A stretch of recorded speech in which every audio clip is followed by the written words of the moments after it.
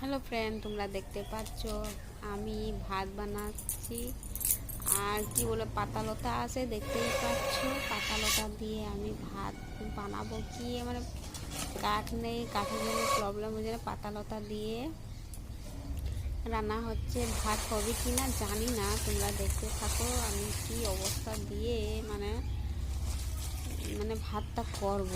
এই পাতালতা দেখতেই পাচ্ছ তোমরা, খুব খারাপ লাগে আমার পাতালতা দিয়ে ভাতটা করতে যেতে হয়। দেখতে থাকো, মানে আমিও বসতেই পারছি না, তাইলেও আমি বহুত কষ্ট করে বসে তাহলে খুব দিয়ে দিয়ে রান্নাটা করতে হচ্ছে। আর পা তো ভালো মতন শুকি নেই, তাই যেন মানে জ্বলছে না।